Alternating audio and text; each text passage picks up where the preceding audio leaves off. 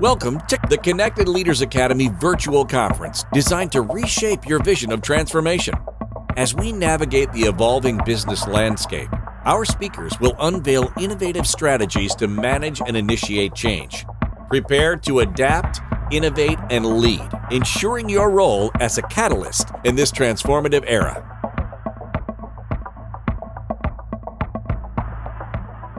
Personal growth is the only guarantee that tomorrow will be better than today.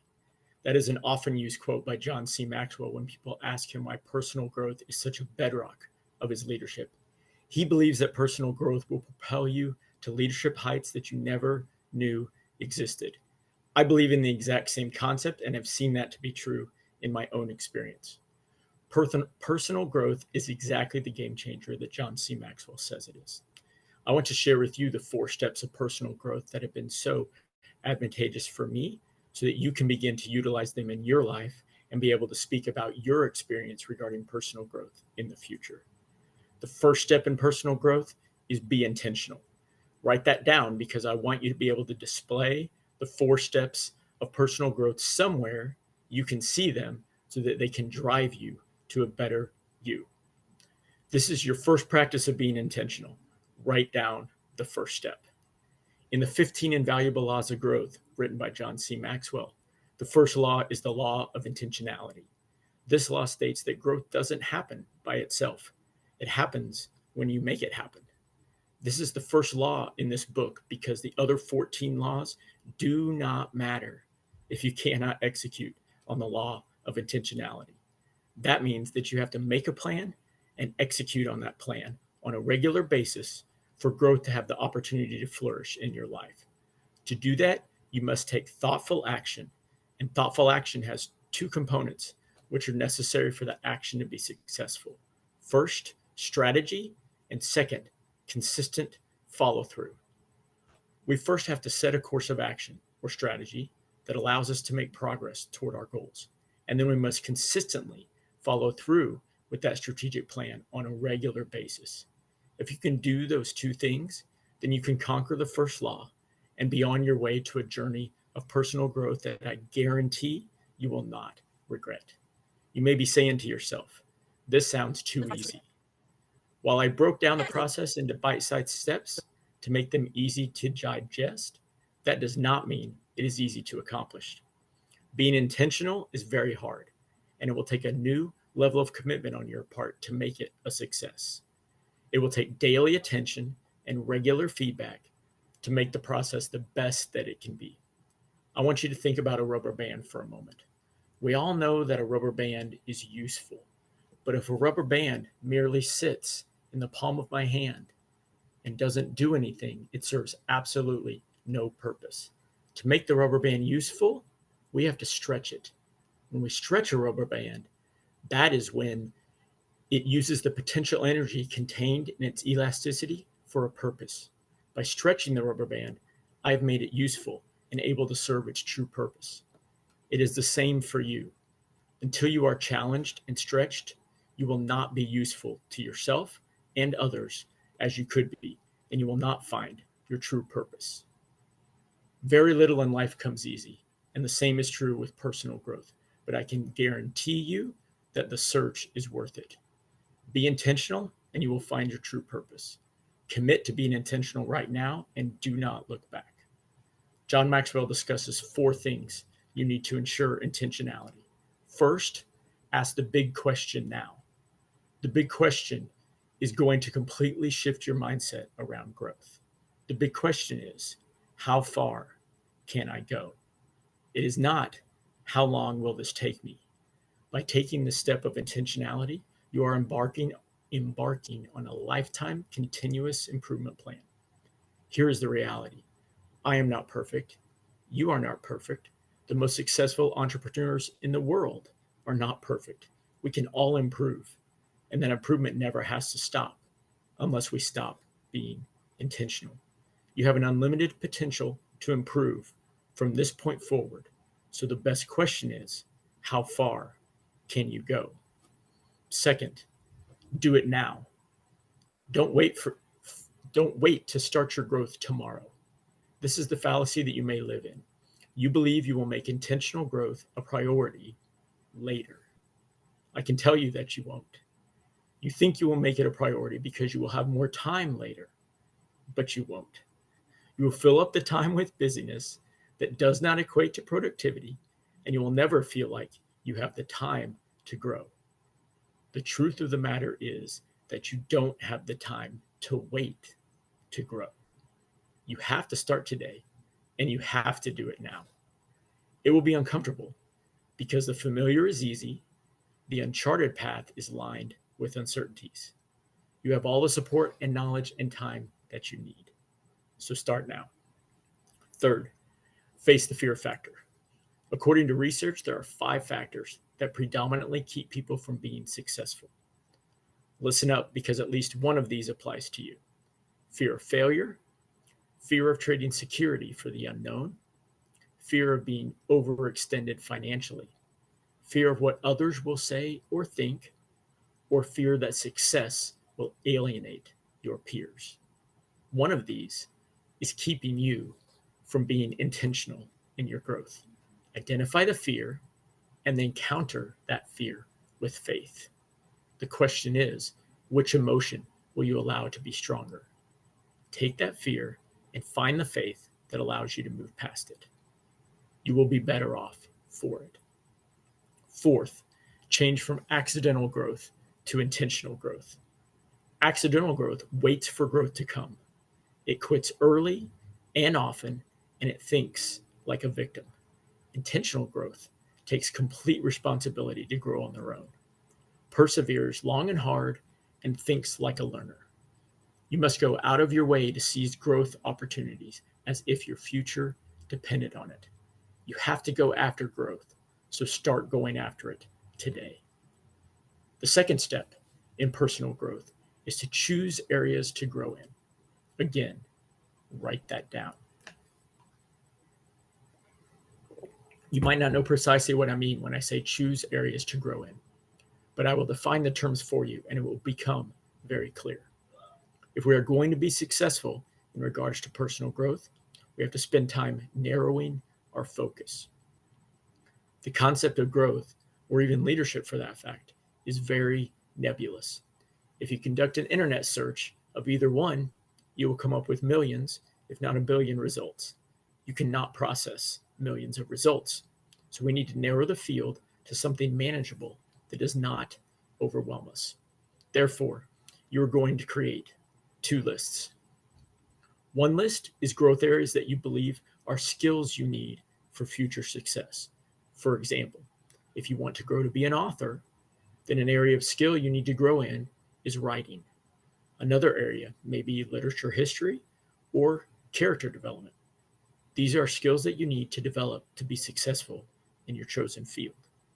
If you're currently in a leadership position, then areas of skill could be mentoring, developing others, or strategic planning. These skill areas may not be particularly interesting to you, but they are necessary for you to succeed in a particular field. You need to create an entire list of possible growth areas in the skill category so that we can use them in your growth plan, which we'll get to shortly. In fact, it is imperative that you have a list with at least 20 items on it so that the growth plan can operate on autopilot. If you are not sure what skills you need to target for the position that you want in the future, then find a trusted mentor that can provide you some insight and ask them the specific question about what skills you need to be successful in this field. The second list you're going to create is a list of growth areas that are a choice for you. These are growth areas that get you excited and encourage you to keep moving forward. My current choice area is developing others because I'm very passionate about making certain that I daily pass along my knowledge, allowing others to become better leaders.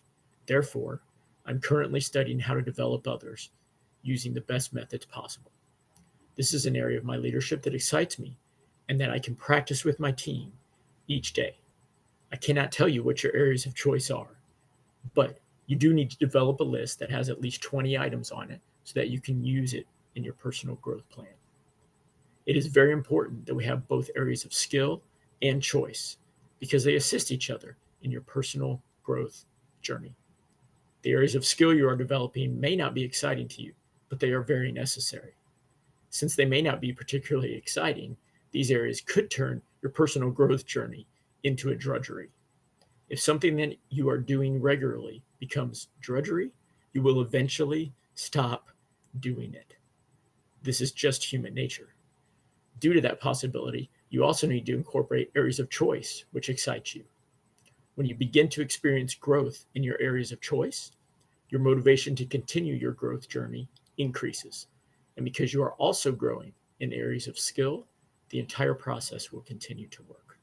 Over time, you will become more mature in both areas of skill and choice, and you will discover new areas that you want to explore.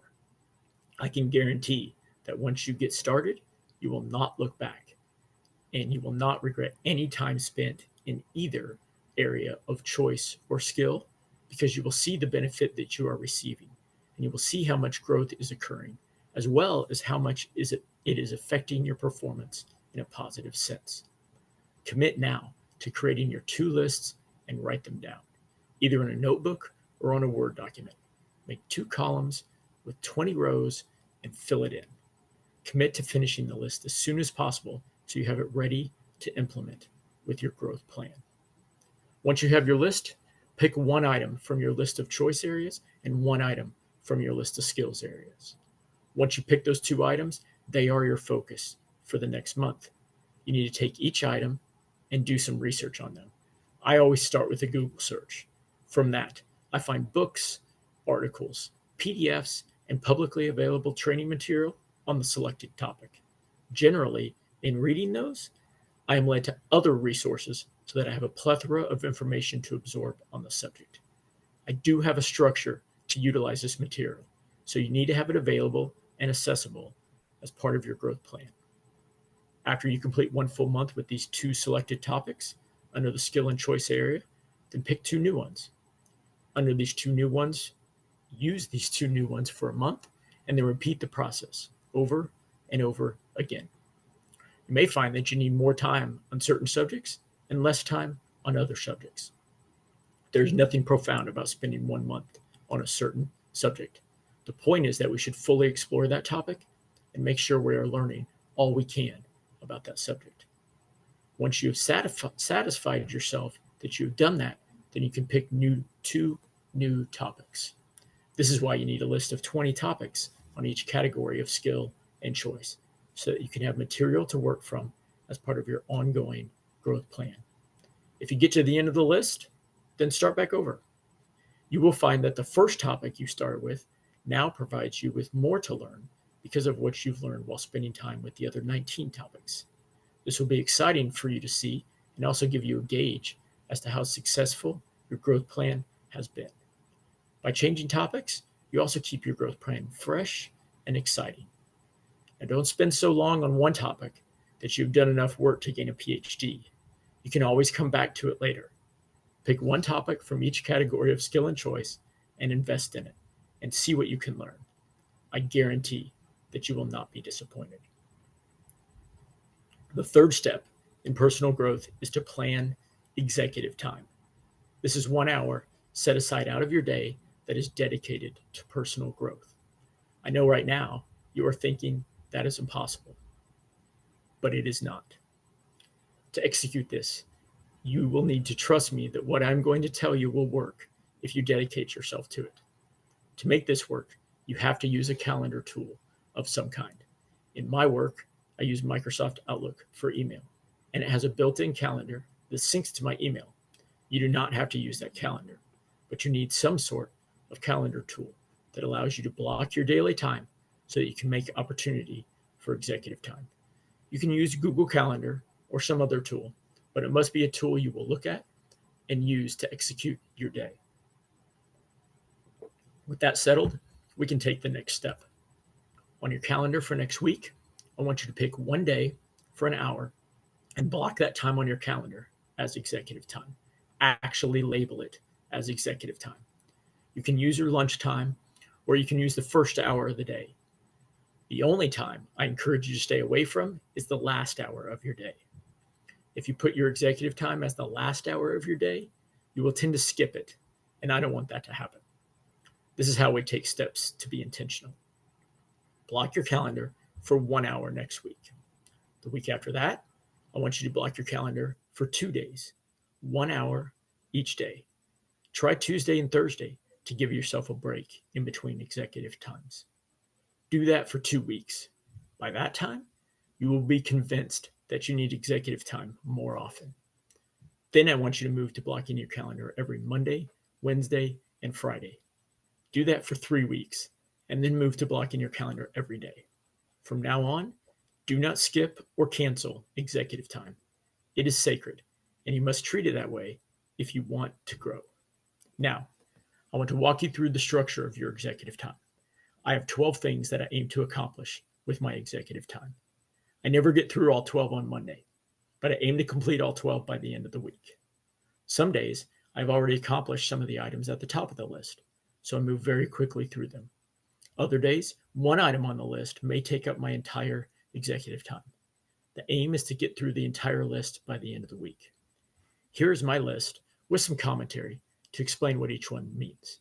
Number 1, I journal. I do this every day. More journaling on Monday and less as the week goes on typically. Number 2, plan the following week executive time. So that means block your calendar for next week's executive time. At the same time, be sure you program in work-life balance. So add your home commitments to the same calendar to include when you will start work and finish work, so you have it all in one place. If you have a doctor's appointment, put that on your calendar. If you need to leave work for your child's soccer practice, put that on your calendar. Number 3, do a tactical look ahead on your calendar to determine events that require work ahead of the event, and block times on your calendar to do that work. Number 4, do a strategic look ahead on the calendar to determine events that need to be scheduled or require thought, action, or planning ahead of time. These are going to be events that are more far-reaching and on a higher level of thinking than the tactical look ahead. Block times on your calendar to do this work as well. The tactical look uncovers some things, and a strategic look reveals others, both of which need to be added to your calendar.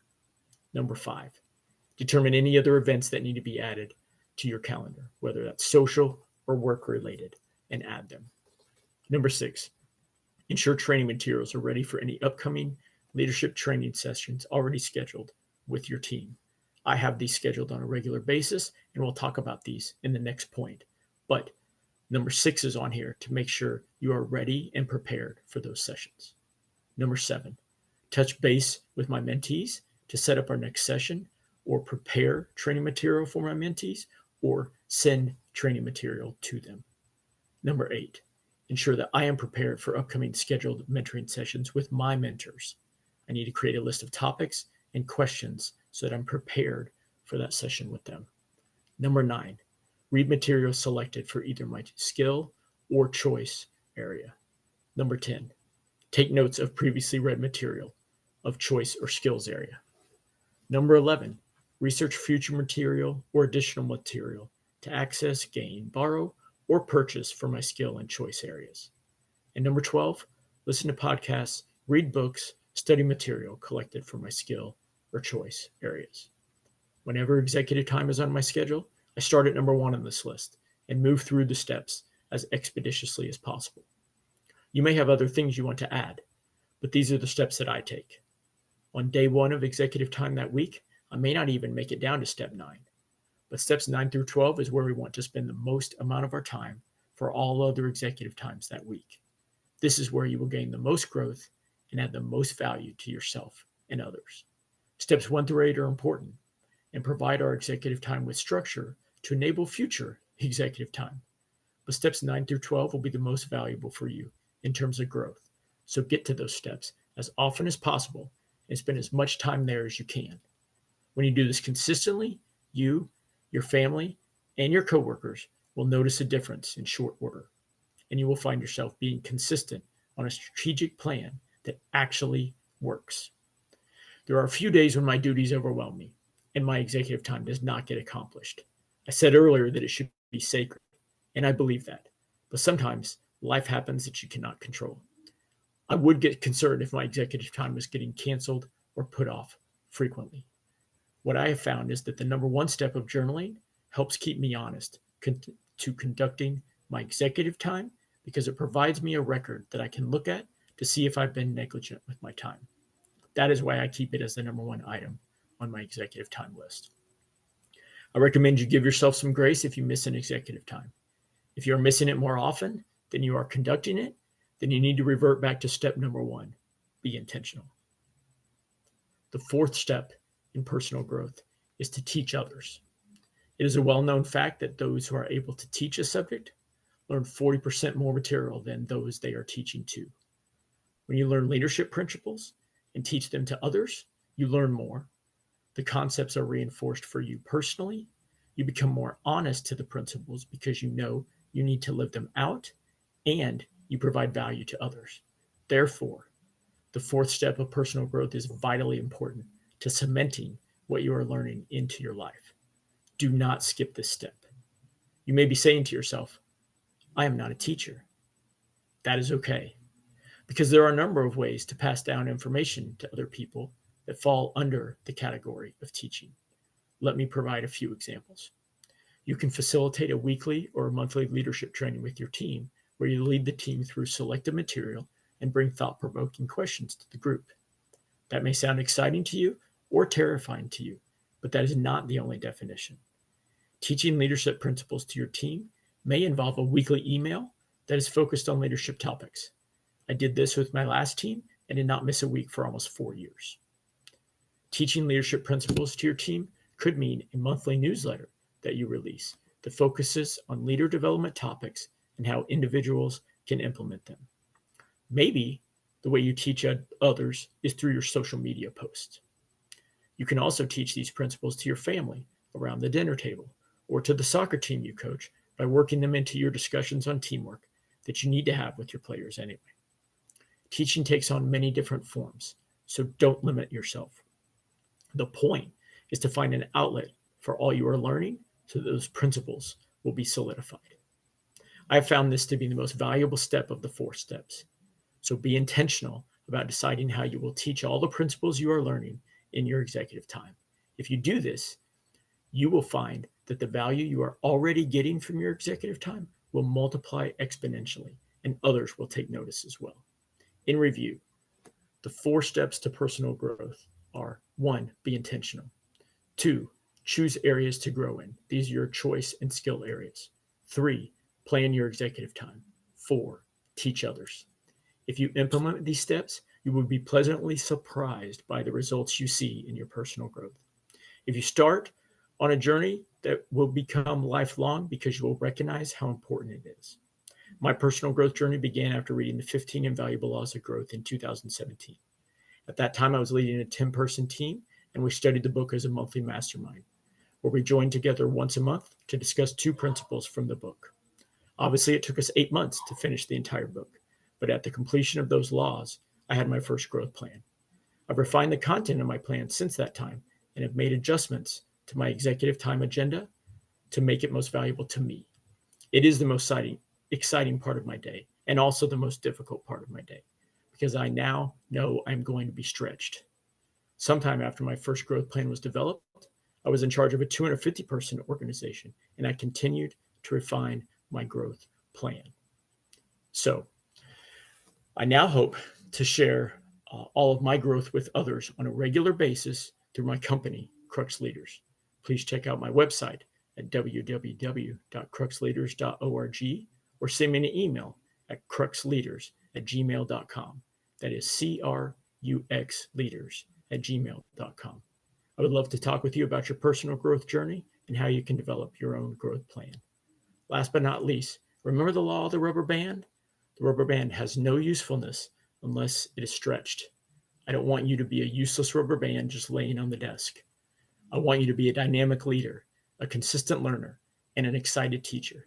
To do this, you have to start your growth somewhere and at some time. So be intentional. Choose areas to grow in using your list for choice and skill areas. Plan your executive time and execute it aggressively and teach others what you are learning. Start today Do not delay and begin with intentionality. You will not regret it. Thank you for participating in today's enlightening session. As we transition to our next expert, remember that each strategy and insight is a step toward becoming a transformative leader in your field. Visit connectedleadersacademy.com to stay engaged and informed. The journey of change is ongoing. Let's move forward together.